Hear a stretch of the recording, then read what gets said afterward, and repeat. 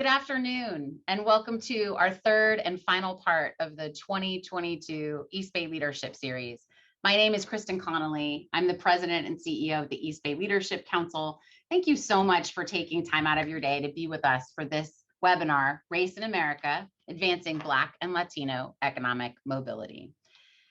This panel features three panelists from McKinsey and the McKinsey Global Institute here to discuss recent research that informs us on this important topic. On behalf of the East Bay Leadership Council Board of Directors, I want to thank the sponsors of this year's series, in particular, our three major sponsors, AssetMark, Martinez Refining Company, and Chevron. This event series and so much of the Council's work is made possible due to their generous support. In addition to the sponsorships from 14 East Bay employers, including most recently East Bay Mud, this series is sponsored by 12 community leader sponsors. Again, thank you for your generosity and commitment to the Council's mission to improve economic vitality and quality of life. In the interest of time, we cannot introduce all the local elected officials in attendance today, but we appreciate your continued engagement and support of the Council's work. The East Bay Leadership Council and our 501c3 sister organization, the Contra Costa Economic Partnership, have spent much of the last 2 years focused on what we can do to build a more equitable economy here in the East Bay. Our member companies and organizations, along with the local jurisdictions across both Contra Costa and Alameda counties, stand at the ready to partner with us in building a more equitable region, which is why I'm so excited about today's program. I'm going to provide a brief introduction of each of our panelists, and then we're just going to dive into the moderated discussion. Please use the Q&A function at the bottom of your screen to submit questions, and I will do my best to get them answered during our time together. To our three panelists, it's worth noting that if we were all in a ballroom together, you would hear big applause at this moment, and as I'm introducing you, but we've muted our audience today. Just trust me, they're all excited that you're here too. So without further ado, here's our panel. Ammanuel Zegeye is a partner here in the Bay Area, where he helps clients develop growth strategies and improve operations in the high-tech, industrial, private equity, and public sectors. In addition to his client work, Manny is a leader of the McKinsey Black Network and Black Investor Professionals Forum. Manny has an MBA from the Stanford Graduate School of Business and a Bachelor of Science in Economics from Haverford College. Our next panelist, Paula Calvo, is a Miami-based McKinsey engagement manager who was part of the team that prepared the recent research on the Latino economy in the US. Prior to joining McKinsey, Anna worked as an investment banker for JP Morgan. She earned an MBA from the Wharton School of Business at the University of Pennsylvania and a Bachelor of Science in Finance and Management from the Georgetown University McDonough School of Business. Go Hoyas. Third, we have Michael Chui who's a San Francisco-based partner at the McKinsey Global Institute, McKinsey's business and economics research arm, where he has spent the last 20 years researching the impact of disruptive technologies and innovation on business, the economy, and society, among other topics. Michael completed both a master's and a PhD from Indiana University in computer science and cognitive science, I believe, and has a Bachelor of Science in Symbolic Systems from Stanford. So welcome to the three of you. Thank you all for being here and making some time to help us be smarter about this important topic and about your research. I would love to just dive right in to make sure you're unmuted and have your cameras on. So we're going to start actually with a question to you, Michael. So McKinsey's Global Institute has played a role in some of the firm's landmark research around racial barriers to economic mobility, intended to galvanize business leaders into action by highlighting economic opportunities that would be unleashed if racial disparities were eliminated. Can you start us off by talking a bit about your intentions behind these two reports? First of all, Kristen and East Bay Leadership Council, thank you so much for having us here. It's a great privilege to be with other community members, community leaders here in the Bay Area. The McKinsey Global Institute is McKinsey & Company's research arm. And what our intention is broadly is to inform the public debate. By public, I mean just the debate with facts and analyses. And so this is a set of topics which is incredibly important, as you all know. And in complete transparency, the work that we'll describe a little bit, and my colleagues will describe a little bit here, is a collaboration. It isn't just a pure MGI effort. By the way, MGI is I sit in San Francisco, but it's a virtual global organization, hence the G in MGI.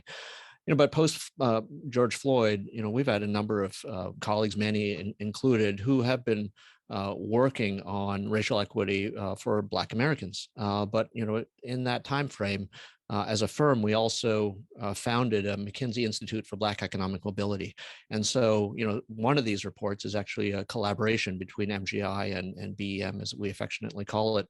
And similarly, Anna and other Hispanic Latino colleagues have been working for many years as well. And this, the second report that we'll also describe some of the findings from, is also a collaboration between MGI and some of our Latino colleagues.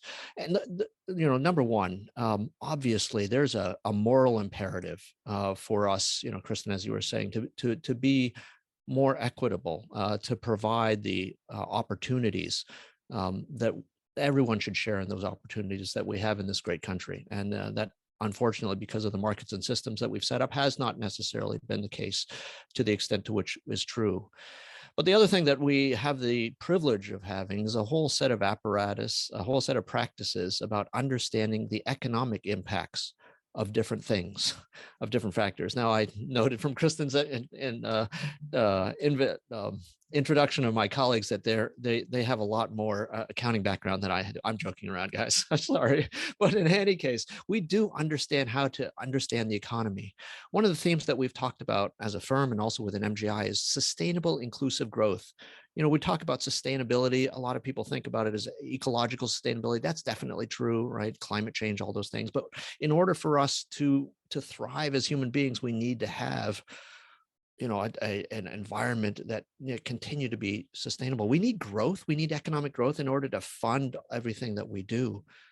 But here's where racial equity really comes into play. We need inclusivity, because what we know is, we've looked at, and we'll get into it, right? We've looked at the roles that people play in the economy as wage earners. We've looked at representations in different occupations, whether or not people are paid the same for the same occupation. We've looked at their roles as business owners and entrepreneurs. We looked at their roles in terms of families as holders of wealth, right? That thing that allows us the safety to be able to take risks and create more wealth, and to give our children more wealth. We've looked at all of these different roles, and what we discover is, if you give folks who have less of these things more opportunity, more dollars, it actually creates growth for everyone. A phrase that we've used, right, is a more inclusive economy for Black and brown folks is a more dynamic economy for everyone. And so that's where the inclusiveness or inclusivity of sustainable inclusive growth benefits everybody, as well as benefits all of us. So, I think what we'll be able to do here today is just describe some of those places where we've discovered additional opportunities for inclusivity. It applies directly here in the Bay Area. And what that means is, if we can make progress there, we're going to make progress in terms of the growth that we need to do everything from sustaining, and creating a better life for Black and brown folks, but also for creating a more inclusive economy for all of us, so we can tackle other problems like climate change and housing and everything else that I'm sure you all have been talking about. Right. So, Kristen, I apologize. That was a bit of a monologue. No. And just also, for all of our participants today, some of you may have read this research in advance, many of you may not have, and so at various points we'll make it available to you in the chat what we're talking about. So okay, so Anna, I'm going to you next. So there are 4 common dimensions on which your 2 reports that we were lifting up, actually there's multiple reports, but the reports dive into the disparities, right? So roles as workers, savers, business owners, and consumers. Talk about why this matters and what's helpful about understanding all the various ways disparities exist. Yes, happy to. So we explored the roles of workers, business owners, consumers, and savers, because we really wanted to understand the critical challenges and gaps that Latinos and Black Americans face in the US. And while we know that this framework helps explore the different and multiple economic realities for Latinos and Black Americans in the United States, We also recognize that these roles are not exhaustive, and they actually don't represent the totality of the way that individuals move through society. However, understanding the disparities by these roles is important because the interventions to close the gap are different across the board. Great. No, there's so much there. It's hard to hard to unpack, but we'll get there. So I did want to just kind of throw it open. What were some of the things that shocked you most about these reports? Or sort of more importantly, what can we learn from some of the common racial equity gaps identified across both reports? And maybe we'll start with you, Manny, to bring you into the conversation, but all of you could take this question. Yeah, no, thank you, and thank you again for having us here. I think the biggest piece and the most shocking element across both reports was actually the magnitude of racial inequities that still exist across all dimensions in the United States today. So we talk about $220 billion in annual disparity between Black wages today and what they would be in a scenario of full parity where they represented the rest of the economy. And that's kind of the headline, but then you unpack it into certain areas and you start to see some of these disparities come to light. So as we think about business creation of Black business owners, we know that only a third of capital or a third of the capital is allocated to Black business owners. They start compared to what white counterparts get. And we also know that African Americans are some of the most entrepreneurial folks in the United States, but only 4% of businesses run by Black Americans is still actually ongoing or around 3.5 years later. Black owners of businesses are 2.5 times more likely to be denied loans. And there's also just a lack of social connections and networks that come out of that. And maybe I'll paint a picture there on kind of two extremes to make it a little bit more Bay Area specific. I have a family friend, African-American woman who tapped into a 401k to start a business, didn't work out, wasn't able to tap into investors, tried to go on it by her own and has basically tapped into all her savings now and is trying to figure that out. Business wasn't supported. On the other end, right, on the other extreme, if you think about startup capital and what the Bay is known for its tech ecosystem, coming out of graduate school for myself, you look at who the founders are and where founder capital goes, and it's very much focused, at least historically, towards white men. And so when you think about that and you look around your classmates, you can say, why are my Black classmates not starting businesses? And it can often be because of other parts of not having the social connections, not having the family money behind them to actually go and take that risk and say, I need to take a job because I'm required to support a number of people. And so I think that kind of starts to paint the picture as to where people are starting from. And then I think kind of more broadly, we also then looked at, well, where is the Black population situated in the United States, with 60% of the Black population being in the quote unquote South, and some of the access that people have to consumer goods and products such as food. And so we define this term food desert, meaning 8 million Black Americans have inadequate access to food options, which means they have a limited access to fresh produce. And so think about it more, you're going to your bodega or your local corner store versus having fresh produce. And that has obviously a bunch of health implications. And so I think there's a number of pieces that come out, but it also presents, as we go back to the beginning conversation around the moral imperative, there's also a business imperative too, right? And I think a lot of our work in the Institute for Black Economic Mobility looks at that business imperative, where we've seen examples of companies being able to successfully serve some of these consumer deserts, and it presents an opportunity and also empowers the community. So I think those are some of the findings, but maybe that's from the Black specific report. Maybe I'll let Anna talk to the Latin one. Yeah, that's great. Yeah, Anna, let's pitch it over to you. What were, in terms of building on what Manny just talked about, in terms of what shocked you the most about the reports? Yes. So I think, similar to the story for Black Americans in the US, there's, still a long ways to go to close the gap for Latino workers, business owners, savers, and consumers. I'd say the one fact that really surprised me was learning that how entrepreneurial Latinos in the US are. So Latinos actually start more businesses per capita than any other racial or ethnic group in the US. And in fact, over the past 5 years, 1 in 200 Latinos has actually started a new business every month. So that's roughly about half a percentage, which compared to about 0.3% for the next highest groups. However, while this, seems very positive, the share of Latino-owned businesses compared to their share of the population and the performance of these businesses actually fall short of their potential. And in fact, we found that the representation and revenue disparities actually result in a revenue shortfall of over $2 trillion for Latino-owned businesses. So I think this is just one fact that we found across the board through the roles, that while the story may seem positive at times, there's still a major gap and interventions are needed. Great. And Michael, do you have something to add in terms of, or do you If feel you like don't Manny mind. and Anna covered it? I'm going to try not to make this a statistics lesson, but I think it's actually quite interesting. If you look at wealth, which we don't talk a lot about in general, partly because the data is hard to find, but as Manny was making reference to, the disparity in median household wealth between Black and white households is 8-1. For the median household wealth for white Americans is in excess of 180,000. For Black Americans, about 24,000. For Latinos, it's about 36,000, but with a pretty big range depending on national origin.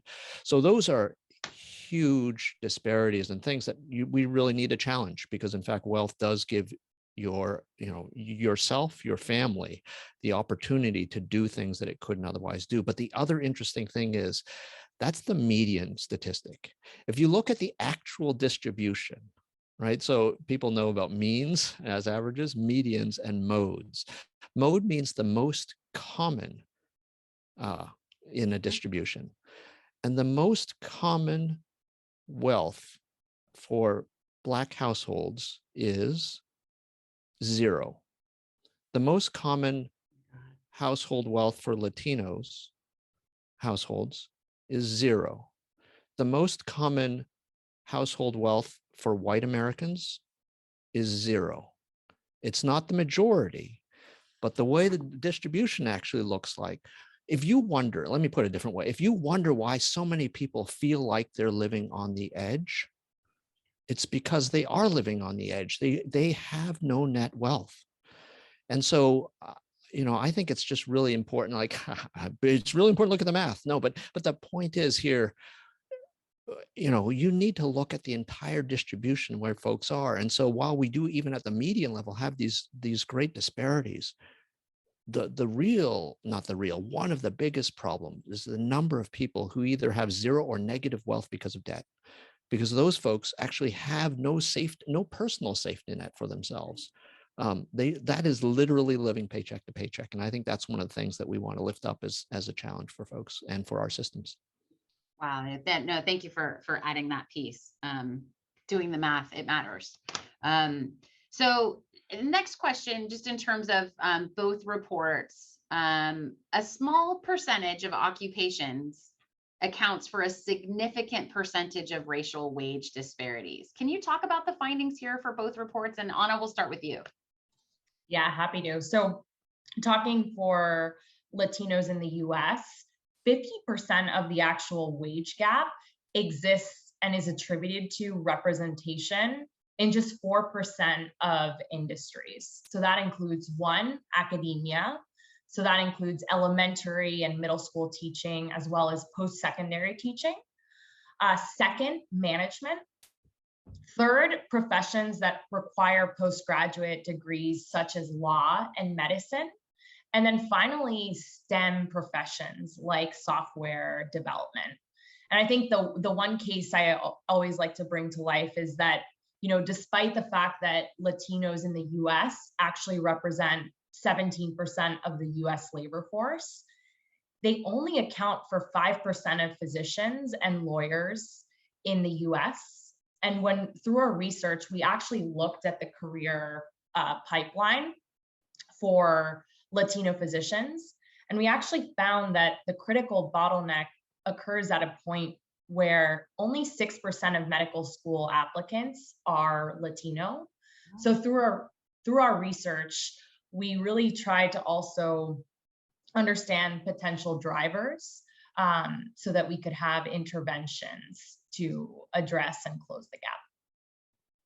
Wow. I'm just taking some notes myself. I mean, I've looked at all the reports, but when you kind of point us in that direction, that's really impactful. Manny, let's go to you. Same question in terms of this small percentage of occupations accounting for a significant percentage of the racial wage disparities. Yeah, similar findings to kind of what Anna mentioned for the Black population as well. I think we find that that if you look at it, 5 sectors account for 85% of the aggregate wage disparity, and those being professional services, manufacturing, construction, trade, transportation, utilities, and financial services. And I think then, the positive of this, I would say, is that we know where the opportunities lie. And I'd emphasize that it's not just Black workers are not in the right jobs in terms of representation. We also know that within the same fields, they make less as well. And so both those two factors contribute to closing the gap. And so as we think about where to focus, we know which specific areas there are. Anna talked about physicians, which African Americans have a similar issue. 5% of physicians are Black versus 13% of the population. They also make less. The average Black physician actually makes less as well. But maybe take the other extreme of it, security guards. 33% of all security guards are Black.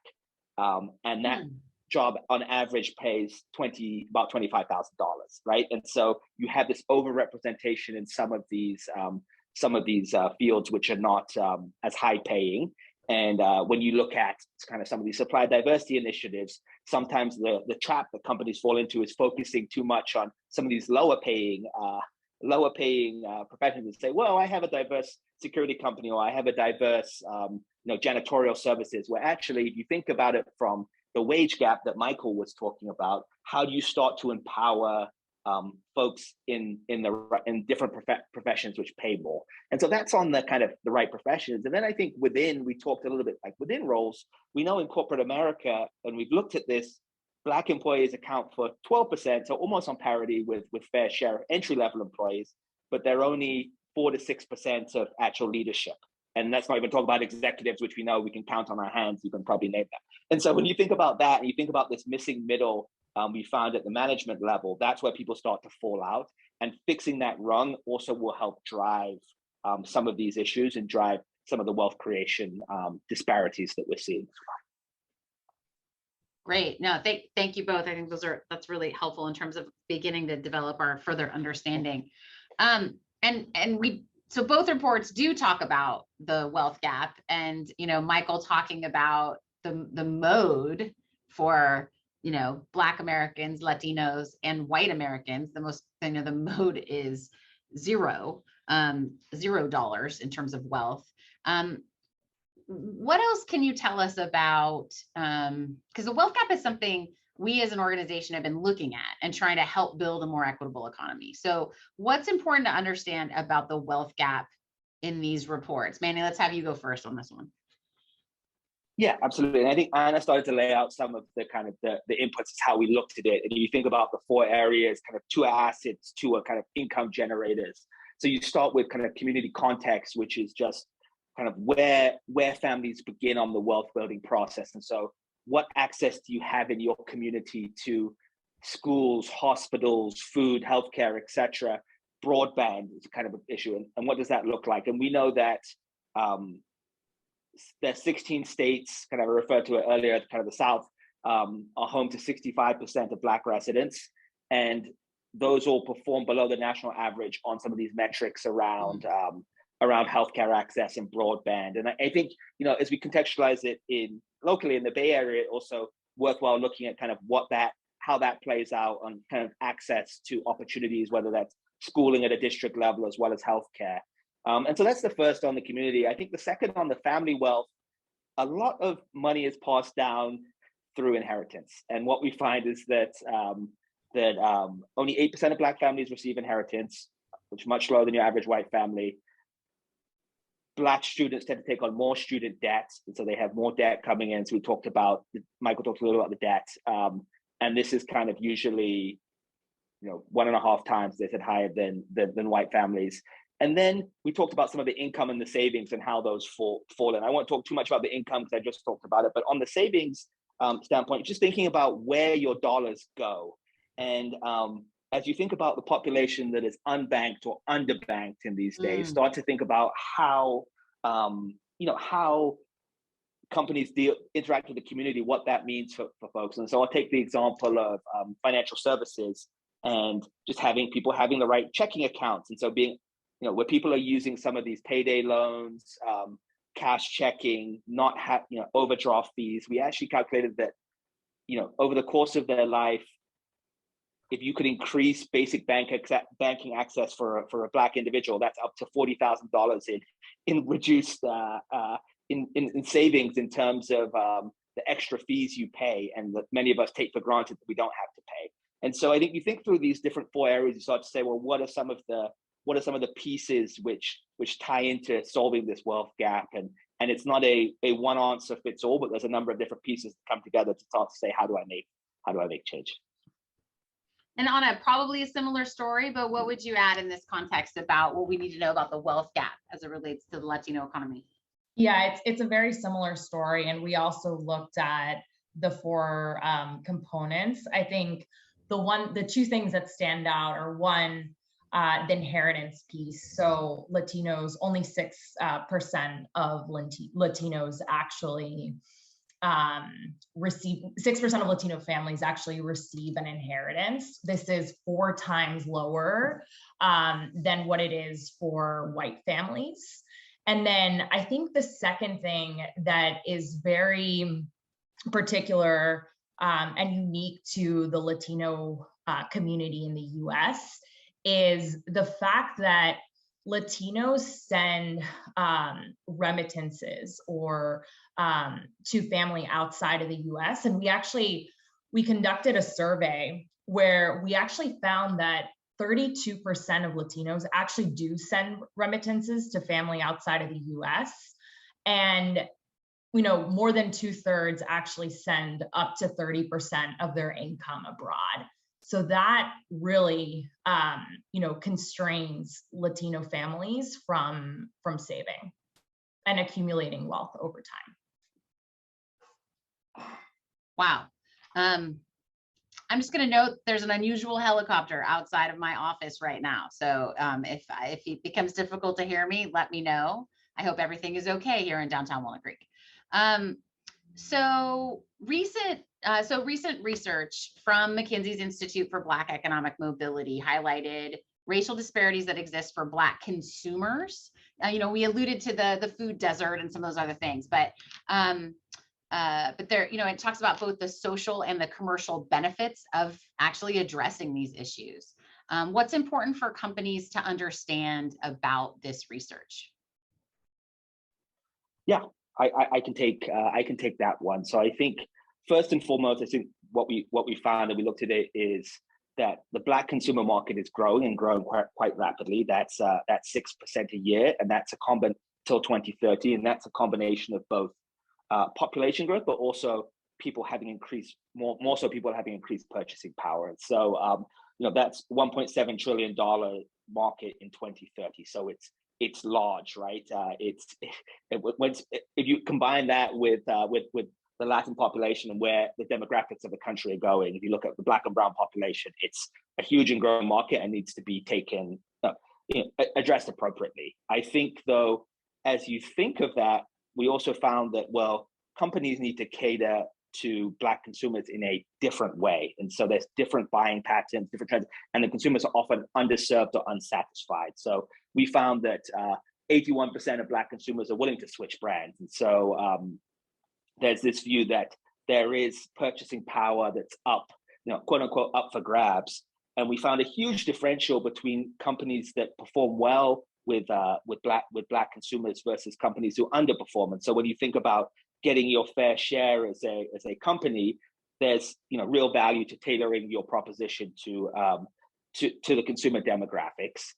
And I think the second piece is that we often find in popular culture, but also in consumption, Black customers are often trendsetters, and so they shape more broadly. They can shape more broadly the general view of a brand, and that can be done both in the US, but we also see this more and more relevant globally as well. And so I've done a lot of work on media and entertainment, and that kind of resonates as well in terms of thinking about the importance of African American culture on popular culture and on global popular culture as well. And so I think as you think about that piece, that's also important. And then, the last piece really is then it takes a differentiated approach to really kind of serve this set of customers and understand how to appeal to them. And we know that most younger generations are focused on some of these issues of racial equity and pledges that have been made. And it's important as part of a brand to be seen as authentic on some of these issues. And so ensuring that there's the right access and right view and you're seen as authentic becomes increasingly important as dealing with consumers, both Black consumers, but generally the younger generation as well. Great. Not performative, but actually doing the work of being a good. Exactly. If you say something, you have to do it, I think, at this point. Right. Yeah. Right. So kind of connected to that then, how can companies, in addition to being authentic and knowing that there's this willingness to switch brands, we'll go to you first on this question, Anna, how can companies better appeal to not only Black consumers, but other underrepresented groups that have been historically under-invested in? Yeah, so I'll speak for the Latino consumers. I mean, I think there's two key things that they can do. So I think first, companies should really recognize that, Latinos are not a monolithic group.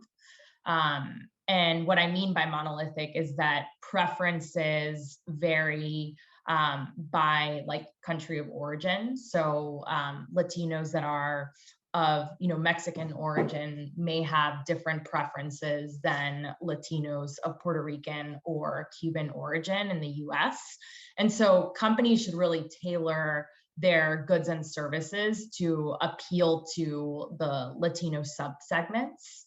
And I'd say the second piece, specific to Latinos in the US, and I think this also applies to Black Americans, is that companies really need to increase their representation of Latinos and Blacks in key consumer making decision positions to really ensure the needs of both Latinos and Blacks in the US are accurately reflected. So just as an example, like product development roles, executive roles and marketing as well. I think that's key to moving the lever. Great. Manny, do you want to build on that? Yeah, I think kind of similar and different in some ways as well. The way we've kind of thought about the way we think about how companies can kind of enact change and how that translates to success factors for the Black consumer is we think of the internal things you can do as a company. So that's your diverse organization, that's what we call an inclusive environment, and that's kind of equitable access and opportunities and benefits, the first piece. And then we think of the external, which is what you do, which is both corporate citizenship and also your sustainable business operations, but also importantly, it's your commercial strategy, which I think people often miss, which is like, do you have an inclusive growth strategy? And so if we start with the internal, I think just having a workforce that represents the community is an imperative and importance. And that's at all levels. So including continuing to push, I mentioned that stat of only a small percentage of people of diverse backgrounds in leadership positions. So what the companies do there, I think what you often find is that as people look at companies and they look more like, yourself, some of those products start to get a little bit tailored and the organization starts to shift. I think, and then this kind of ties into this inclusive environment piece around how we think about advancement and making sure you're de-biasing the workplace and allowing people to drive opportunities. And so that's kind of all on the internal and just make the companies look more diverse. I think the external piece is really around, there's the ESG agenda. We talked about saying doing what you say. And so a lot of companies have made commitments. Are you following through on them? And people are really starting to recognize what's being done and its actual impact having.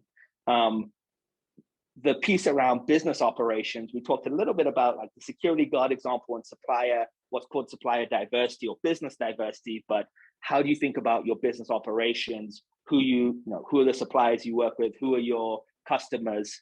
What do you advocate there? Ensuring that communities are being treated fairly and ensuring that there's a kind of general full range of products and offerings, affordable offerings to the Black community, and just making sure some of this is translating through. And then the last piece on the commercial strategy is just understanding where there may be opportunities and having inclusive marketing, investing in R&D around inclusive product design, kind of what Anna was talking about. But we've actually started to see some companies use this as a differentiator. And I think it will become table stakes longer term, but as a differentiator right now, where you've seen, to go back to my my entertainment film media example, you've seen certain players invest in diverse content, diverse creators, not just actors and actresses, but people behind the camera. And they use that as a competitive differentiation to attract a broader set of the community. And so we really think it drives both the social good, but also the economic good to start to fill that wealth gap and start to build that out. And to bring it all back, we talked about closing the wealth gap and the impact that can have on the US GDP, which is 4 to 6% the Black, closing the wealth gap for the Black Americans only. And so there's kind of a huge flywheel effect that adopting some of these things we think can have in the broader economy as well.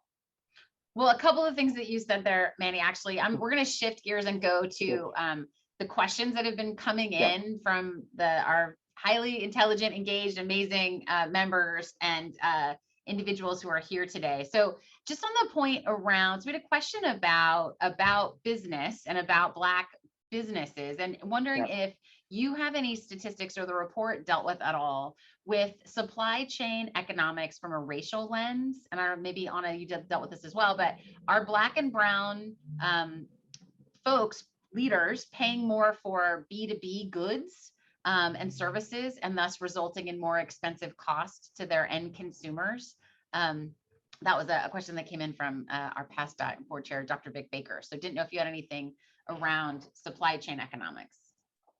So I don't have stats on that or that point specifically. What I have seen is a misconception on the flip side, which is that a perception that if I invest in supplier diversity programs, it's going to cost me more. And that's not necessarily the case, right? And so this view that, supplier diversity means more expensive. And I think what we've been trying to move against and combat a little bit has been, no, it does not need to mean it's more expensive. It's just a different and more broad set of suppliers that you're dealing with. And so it's almost been on the flip side, but I have no data around Black-owned businesses paying a higher price. I think the only thing you could probably infer is that we know Black-owned businesses are quite a lot smaller than the average business. And when you are smaller, you have less purchasing power, and therefore, just from all the procurement work I've done, I know where some of the what pricing will look like when you don't have scale. And so I think that will cause some of the issues. And so we're actually spending time more broadly. I've been looking at Black-owned brands and consumer brands and trying to think about, are there creative ways where you can pull together businesses so you have increased purchasing power or access to preferred credit terms, for example. So all these pieces which then allow you to run your business in a more efficient and profitable manner and therefore create more wealth. Yeah, Michael, I saw you nodding. Did you have something to add there as well? It was exactly what Manny said. So yeah, scale matters. And again, as Anna was talking about, some of these, Black or Latino-owned businesses haven't yet been able to scale as much as other businesses. But if they do, they should get procurement advantages in pricing. Yeah. Well, and so on another question that came in, we'll take this one to you. Here's how the question reads. As a Latino business owner, education remains the key reason why our businesses have been around for nearly 20 years. Our MBA education provided us with the business skills and strategies to be successful. Is the secret to larger scale Latino business success the need to facilitate access to education and mentorship? So while I think, education and mentorship could help, Latino-owned businesses scale, the actual intervention that would move the needle for Latino-owned businesses is improving access to capital. So Latino business owners actually are constrained from growing their businesses because of the lack of access to capital. And remember, I think it's over 72% of Latino business owners actually deplete and use personal sources of wealth, very similar to the story that Manny shared about his friend in California. Right. And so I think that, while, mentorship and education could help, I think the number one enabler would really be to improve access to capital for Latino-owned businesses. And I believe this is the case for Black-owned businesses as well. Okay. All right. Thank you. So another question, and I don't, we've kind of alluded to this a little bit, but there is a specific question just on ownership of home ownership of Black Americans from generation to generation, and when did it peak? I don't know if you guys cover, if Manny or Michael in your reports, if you have any information about that. In California, a stat that gets thrown around a lot lately is that the percentage of home ownership among Black Californians is lower right today than it was when it was legal to discriminate against Black Americans. And so we talk a lot about the housing affordability crisis, but I didn't know if you had any information about peak of Black home ownership. I don't have the longitudinal view on when that peak occurred, but as you were alluding to, and as Manny mentioned, about 2/3 of the gap in wealth, in the flows of wealth every year, come about as a result of intergenerational transfers. Yep. That is some inheritance, but also gifts from parents to their children, et cetera. So that is part of the reason why this has been a multi-generational challenge. And home ownership is one of those things, because it is in many cases the way in which wealth is accumulated in the United States, and in California particularly, as we all know and experience, that this challenge around affordable housing not only has an impact in terms of the unhoused and people having a place to live and how far they have to drive to work, which again is, it's all a system, right? Because then if you have to pay more and you take more time to get to work, you're going to earn less, and then, wealth will be challenged. But if you also are not able to own a home, and as you were making, reference to, there have historically been extreme and legal challenges to certain folks being able to access, capital. We just talked about capital. FHA, for instance, has for many years, because of redlining, discriminated very explicitly, and literally billions of dollars in housing subsidies went to certain folks, and others were excluded. And there are a number of government programs that fit this. The GI Bill, which I have personally celebrated. You can look me up on YouTube. It gave a generation of folks access to higher education. Now, I know higher education has shown up in our Q&A, and there are a whole bunch of Black Americans who were excluded from those benefits. And again, so this is a multi-generational challenge. But yes, again, home ownership, to the degree to which that's a wealth building opportunity, we need to start to bring down the obstacles to that being true for segments of our population. Thank you. Again, great questions coming in. I wanted to kind of build on this. So, and this can be open to all three of you. So while there may no longer be legal discrimination, there still remains systemic racism. I mean, right, just to your point, Manny, you opened by talking about the magnitude of the disparity, right? $220 billion would be of economic activity would be unleashed with full parity. So there still remains systemic white racism that leads to discriminatory practices by whites and institutions for all Black and brown people. How can this research and your organization open the door to an acknowledgement of this and active work to combat it? And again, like, you guys are not in the business of policy prescriptions or whatever, and I really appreciate that, so answer this however you see fit and however you need to. But the rest of the question is, many politicians are either and you are not politicians, but many are not wanting to educate the population in general on the systemic racist practices, both historically and today. So just to dish you up a hot potato when we've got like 10 minutes left before we'll wrap in things, but didn't know if any, Anna, you unmuted. Do you have a take on that? Yeah, I mean, I think the overarching objective is we want to bring awareness to the gaps that exist for Latinos and Black Americans in the US. And through our reports, we also outline a couple of interventions that we think could help close the gap for both Latinos and Black Americans. And I think the other piece is by, presenting and, collaborating with organizations like yourself, I think we can continue to raise the awareness. So that also helps with our overarching objective.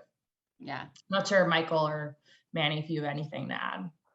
Yeah, I mean, I think that the point I'd add so that's exactly right. I think we stood up our Institute for Black Economic Mobility to talk about, and highlight issues of inclusive growth, but also start to find, raise awareness, but also talk through solutions. I also think there's a piece which I've spent a lot of time on has been, even if you don't agree with, and we talked a little bit about this, you don't agree with the moral objective behind it, if you can highlight the business case, especially if you talk to companies and the business value behind it, you cannot deny the opportunity there, the flywheel effect it has, and the view that even if you don't completely agree with the moral agreement, which let's not even talk about, if you want to talk about the business case is there. And so, how do you think about it, and what's the right approach to have the discussions with people around it? And I think some of our research starts to highlight a lot of that and starts to actually quantify some of those pieces, which I think can become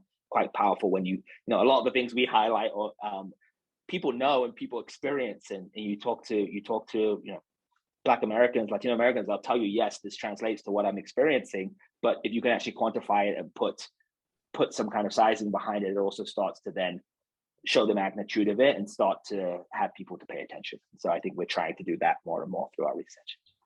Well, and in your answer just now, Manny, you kind of got to another one of the questions that we had, which was just sort of a kind of a simple philosophical one around, is racial diversity an economic benefit, and anything industry specific. And so, to your point about there is a business case to be made if there is full parity for all Americans in terms of access to capital and what entrepreneurship could be unleashed. And so, I didn't know if any of you wanted to just add a few thoughts, anything more about racial diversity as an economic benefit. I think, anecdotally, right, I'm aware that companies that are more diverse do better, right? And that's true for gender, it's true for race.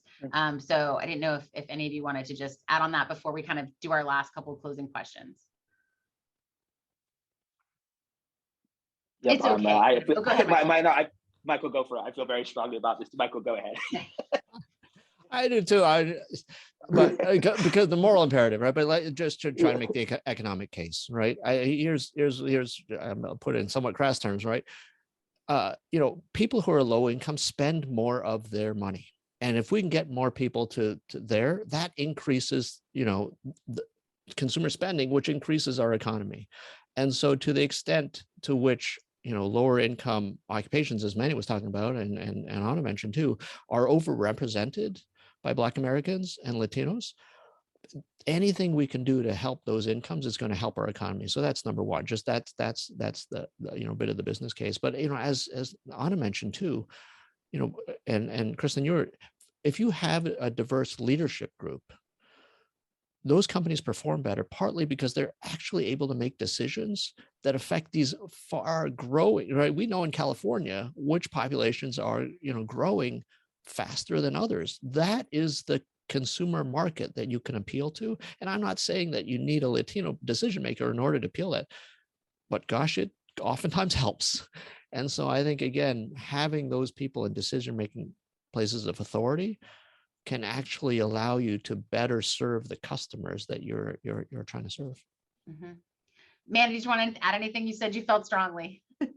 No, I agree with everything Michael said. The only thing I talked a little bit about this work on entertainment and what it looks like. But we found from some of our work that if you could improve the diversity of folks who produce, direct, right films, there's probably another $10 billion of untapped demand, which is about 7% of the overall film and TV market, of untapped demand from actually going after and having more diverse creative folks behind companies. And I think that applies. That's just looking at Black Americans. That applies, even more so to Asian Americans, to Latinx as well. And so just thinking about the business case behind it, showing that there is opportunity there and it's untapped, and we've seen it time and time again.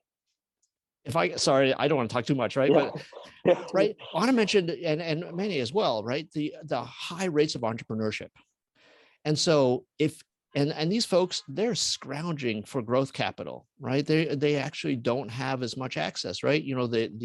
Both the loan acceptance rate as well as the actually amount provided in traditional bank loans is lower. Mm-hmm. If these companies can grow, right? We live in the Bay Area. You think about all the entrepreneurship and how much that's changed our country just based on what's happening here in the Bay Area. And you imagine a whole bunch of other, there's a Brookings paper called Lost Einsteins, right? Mm-hmm. All these people, if they had access to the capital that allowed their companies to grow, imagine how much even more dynamic this place could be. Right. And so that's, I think, a great opportunity. Well, I'm mindful of time, and so just got a last couple of questions. So for those of you who are submitting questions, we're not going to be able to get them all, but so kind of to try to end us a little bit on a high note, a question for each of you. What are you optimistic about in regards to how society can respond to racial inequities? You're unmuted, Michael. I'll call on you first. Oops. No. The journey towards equity has always been 3 steps forward, 2 steps back, over and over again. It feels to me like this is a 3 steps forward moment, and it's partly because, look, we're hosting, we're having this discussion here, with the East Bay Leadership Council. That means it's on folks' mind. It means it's, people are thinking about it. So that gives me great optimism. But I also am recognizing, the 2 steps back will come too, and that's gonna, we have to work. The mode you talked about, it's haunting me. It will continue to haunt me. There's so much work to be done, but Anna, we'll go to you next. What about optimism? Yeah, I would echo what Michael said. I think what makes me optimistic is that there's awareness and there's dialogue on it as we're speaking about it today. And I think the other thing that, makes me optimistic is just seeing some of the largest players in our country starting to take action towards it. So always like to point out the example of JP Morgan, since I worked there previously. So they actually committed over $30 billion to really help close the racial wealth gap and drive more economic inclusion. And this is through home ownership, making sure there's access to capital, and also by providing support to entrepreneurs and ensuring that they are located in communities where there are Latino and Black Americans. And I think, along the same lines, I know that Facebook or Meta actually pledged to double the number of its Black and Latino employees. So I think seeing those examples and seeing big players in this country starting to take action also makes me optimistic. Okay, Manny, what about you? I'm going to cheat and give 2. I think one is building on what Anna said, which is companies' commitments which are tangible for the first time. You're seeing people publicly put commitments out there and tracking them. And I think it's just, for me, it's not just the companies doing it, but I think there really is, we're seeing more and more a kind of new collaborative approach to racial equity, a combination between the public, private, and social sectors. And so I've been involved in a couple of initiatives which span across a number of organizations, whether governor's office coupled with a big foundation, coupled with a number of the largest banks in the world, to do something together, even though they're competitors, and you're just understanding that this needs to be done in a new and larger way and can't just be tackled individually. And I would say the second piece, which is longer term, is how the demographics of the country are changing, and how important some of these topics are to the youth of the country today. And so looking at that and saying how that they will demand more from the country and from corporations as well. And I think that will continue to drive and hopefully drive change over the longer term. Okay, and then with our last 3 minutes, kind of recognizing that we are mostly a private sector organization, what's your one takeaway for leaders as they figure out how they can move the needle within their company and beyond? So Manny, you're unmuted. Can I put you on the spot first? Like, what's one takeaway for leaders? Transparency, I would say. So be transparent about what you're targeting to do and report out against it. And that's the quickest way to change. If you don't track it, you're not gonna see results on it. And everyone's starting from a terrible position. So recognize that and don't be afraid to publish, track, and disclose. And it gives a lot of it says a lot more about what you do if you can disclose it. Okay. Anna? I'd say constantly ask the question about, what you personally can do to help close the gap. So I think for me, personally, like one thing that I've committed to is making sure that I mentor and that I sponsor Latino women, both inside and outside of McKinsey. So small actions can really make a difference. Great. Michael? I'm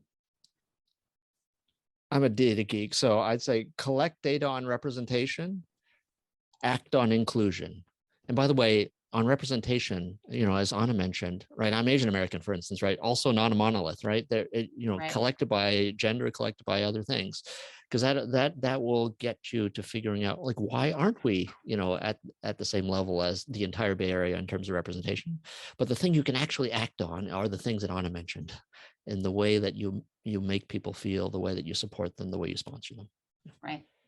Well, I am grateful. I want to honor your time and make sure we end on time. And rather than my prepared closing remarks, I'm actually going to lean on something that Danielle Kagan of CSAA Insurance, who's East Bay Leadership Council's VP of Leadership Development, put in the chat, right? So talking about her own frustration about making the business case, it's like it should be flipped. Those asking the question should be asked to justify the business case of homogeneity. Like the status quo should change, right? And so I think that's a terrific suggestion. So we're coming up on 1 o'clock. I want to just thank all three of our panelists. I really, really, really appreciate your time and your expertise. And we're going to be, I just want to thank our sponsors. Thank you again. We're going to be circulating a survey as we always do. And if you're interested in opting in to receive McKinsey's research and getting their emails, that'll be an option. And we'll share that with them to get you set up to do that. So imagine a big ballroom of happy, smart people applauding for you. But we're going to end it there and say thanks. Have a great day, everybody. We're adjourned. Thank you, Kristen. Thanks all. Thank you, Kristen.